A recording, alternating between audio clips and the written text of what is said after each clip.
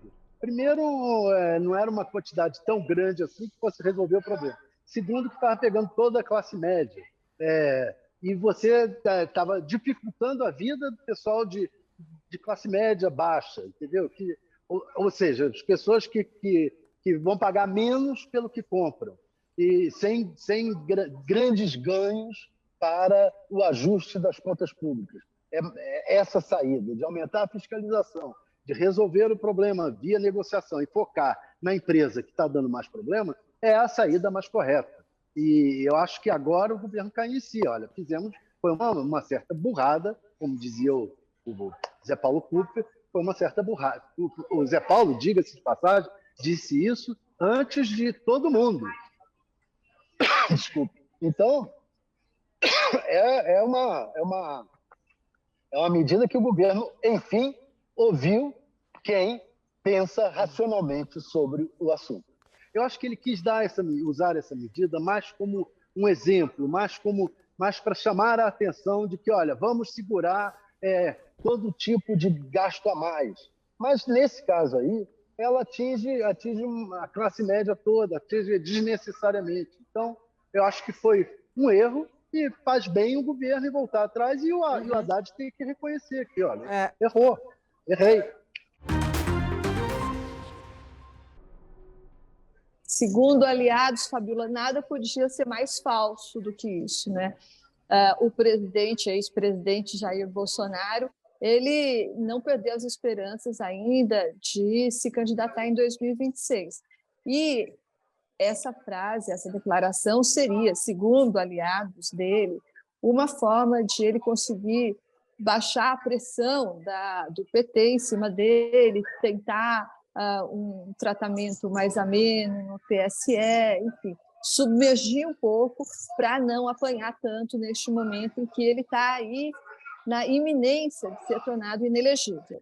E por que ele está na iminência de ser tornado inelegível? Estrategistas dele, como, por exemplo, o ex-secretário de comunicação, Fábio Weingarten, que agora é novamente um estrategista do ex-presidente Jair Bolsonaro, o Fábio Weingarten tem dito a interlocutores que vai agora investir no que ele tem chamado de uma espinha dorsal jurídica forte, ou seja, eles vão investir num corpo de advogados poderoso e certamente muito caro, né?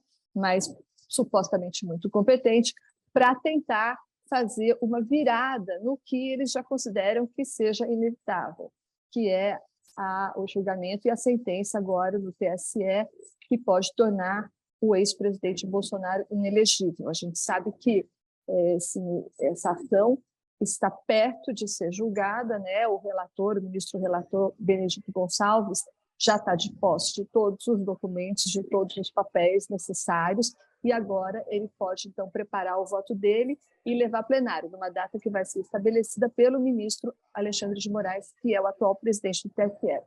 Então, a estratégia dos estrategistas do ex-presidente Jair Bolsonaro agora é tentar montar esse corpo jurídico na esperança de que, mais para frente, quando em 2026 os ministros do TSE sejam outros, também possa ser outra a decisão do tribunal.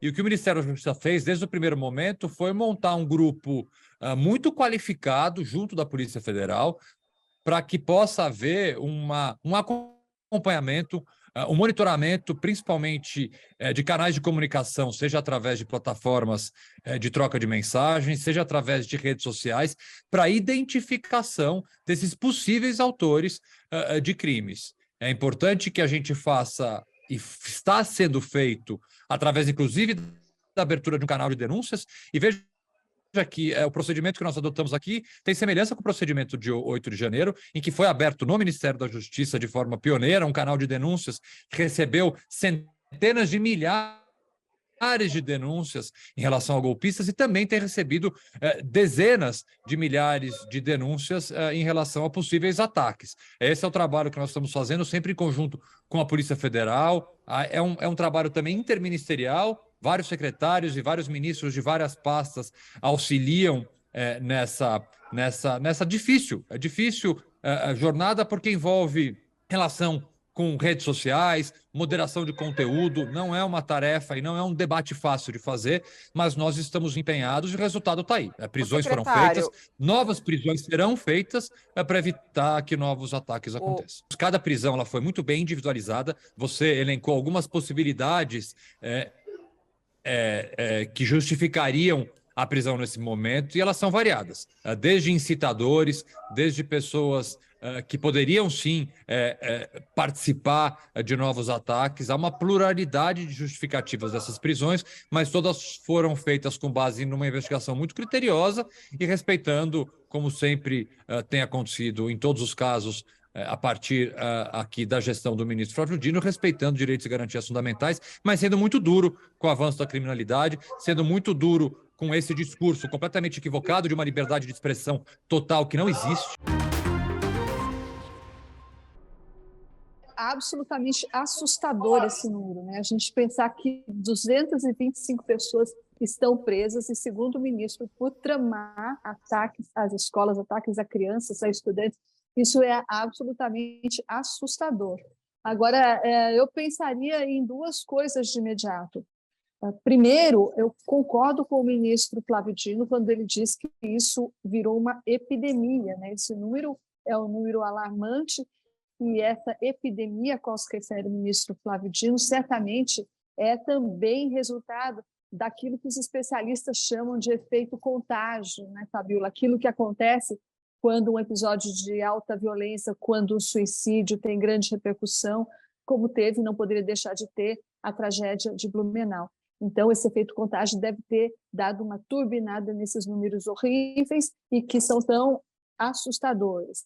Essa é a primeira coisa que eu penso. E a segunda, Fabíola, é que esse número também me faz pensar que é hora de deixar alguns pruridos de lado e atacar em várias frentes. Essa iniciativa do monitoramento das redes sociais é imprescindível, sem nenhuma dúvida, mas isso também não pode substituir a investida em outras frentes, como, por exemplo, coisas que certos segmentos têm, inclusive, resistência.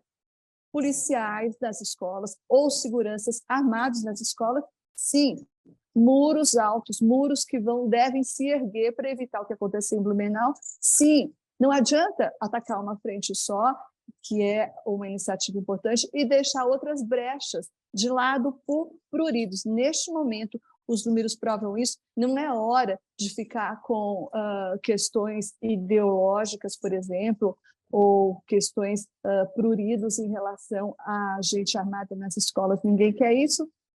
Não é uma cena bonita de se ver e nem muito bem-vinda, mas neste momento me parece que os números são suficientemente eloquentes para mostrar que todas as medidas são necessárias, Fabiola.